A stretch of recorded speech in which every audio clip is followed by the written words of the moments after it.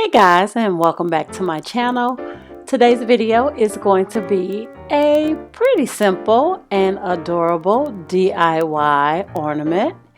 Who doesn't like hot cocoa during the holidays and in the cooler months?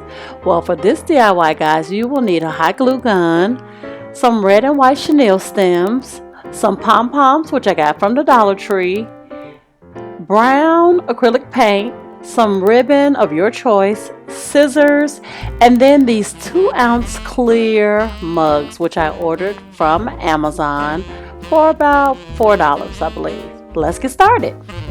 Okay guys, so the first thing you want to do is you want to take that clear 2-ounce acrylic or plastic mug, and you also want to take your acrylic paint. And guys, the paint I got from Walmart for 97 cents. It is in the color Melted Chocolate, which I felt like was very appropriate for this DIY. And again, the acrylic cups, they came from Amazon. I just basically searched a mini I think I did a mini clear mug, and this is what came up. And the great thing about it is it came with 24 of these little plastic cups, which were absolutely the perfect size for this DIY. And I will, if it's still available, which it should be because I just ordered it a couple of weeks ago, I will put the link below if you're interested in ordering these little clear mugs. And basically what I'm doing here, guys, is I have squeezed some of that brown acrylic paint into my little cup, and I'm just rolling it around trying to get it to coat the outside of that mug. And this was definitely trial and error. A couple of times I didn't have enough paint.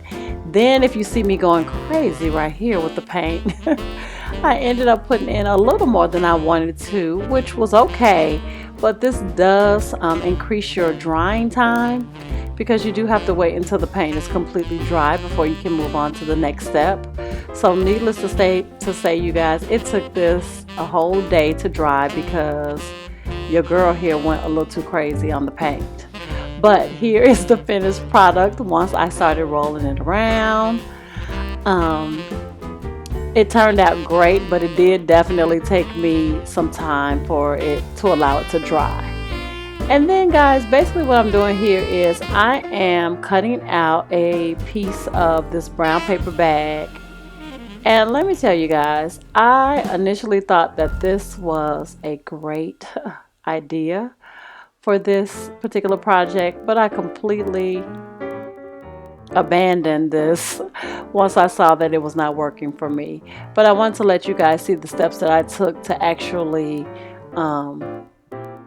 cut this out and add it to the actual DIY. So basically what I'm doing is I am just outlining the shape of the actual mug on the paper bag, because I wanted to get it as accurate as possible. And it's just a very generic little square that I put in the middle of the bag. And basically now what I'm going to do is I'm going to cut it out. And the goal was for this to fit perfectly inside of the mug, because what you're going to need is you need something to anchor the rest of the supplies that I have for this particular DIY, and it'll make sense as I go along. So basically I'm just trying to measure to see how much I need to cut off or fit in for it to fit completely into the mug. Now, as you guys can see, it's a completely different day. It's dried, and you guys see I got rid of the paper bag. Let me tell you, the paper bag was so flimsy it did not work. So what I did was I cut out a piece of foam paper plate, exactly the way you saw me do it with the paper bag. And this worked so much better, you guys. You really do need something that is going to have a little resistance to it, but still pliable for you to be able to fold it and do what you need to do with it. Okay, so I found that the foam paper plate was perfect for this particular project. Now basically what I'm doing, guys, is I am making a hole for that chenille stem to fit into.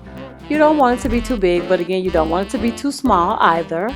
But you want it to fit nice and snug in there. So I am just, right now, I'm just trying to gauge how much of the chenille stem will fit into the mug and how much of it I want to be exposed, if that makes sense. And guys, this project was definitely trial and error for it to be such a small little ornament. There were a few times where it gave me a little run for my money, but it was nothing that I didn't overcome in a very short time. And I apologize that it's not completely in frame, but basically I'm just cutting the chenille stem, and I wanted to get it to look like a mini candy cane. So I just tried to just eyeball it to see how tall I wanted it to be, and this is what I came up with. I think it's the perfect size, and again, I just got too eager with how close I got to the camera, but I think you guys get a good idea about what I'm doing. So now what I'm doing is I'm taking that melted chocolate acrylic paint again, and what I'm going to do is, guys, I'm going to paint the very top of that foam paper plate. Now, if you have a regular paper plate, I'm sure that will work just as well. If you had a piece of poster board or even construction paper would probably work for this as well. But you do want something that's going to be sturdy enough to hold the chenille stem in place, but you also want it to be pliable.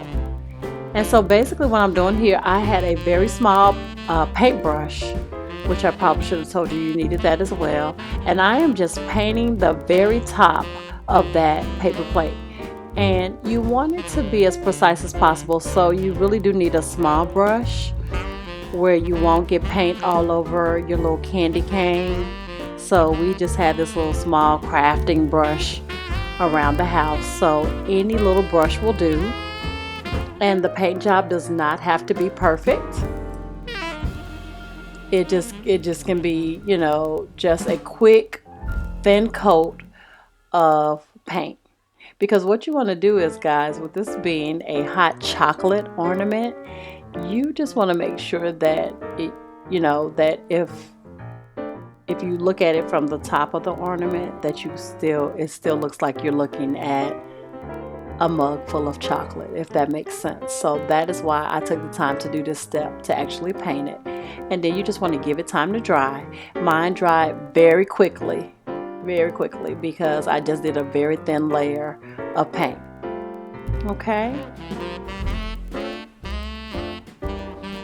I thought this was such a cute ornament. It did, again, try to give me a run for my money, but it turned out really cute. So here we are right now. It has dried, you know, and so I'm just showing you guys what it looks like at this point. And then the next step, guys, what you want to do is you want to take your hot glue gun and you want to put a pretty generous amount of hot glue at the very top of your ornament.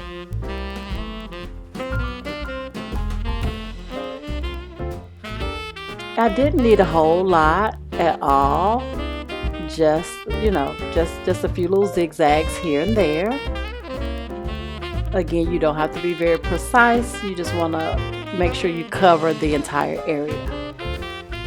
So just about like that. Okay? And then what I'm going to do is, guys, I'm going to take those pom-poms that I got from the Dollar Tree. Of course, I just separated the white ones. And I'm going to start to place those at the very top of my ornament. And needless to say, these are going to work as the marshmallows in your hot chocolate ornament.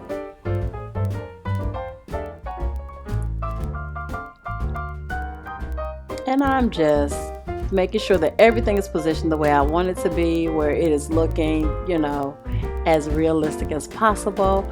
And this is what I came up with. I just piled those pom-poms on there where it will look like a mountain of marshmallows on top of your hot chocolate. And guys, that is that is everything for this particular DIY. Here is the final product. I just took a cute piece of ribbon and it just says Merry Christmas, and I also got that from the Dollar Tree, and I hung it on my tree, and I think it turned out so well. I hope you guys really enjoyed this. I know that, some of the steps were a bit um, foggy here and there. They were for me too. It was, again, trial and error.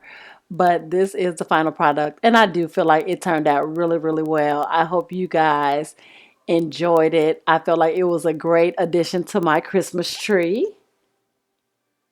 And guys, I do have more DIYs coming up. Thank you guys so much for watching.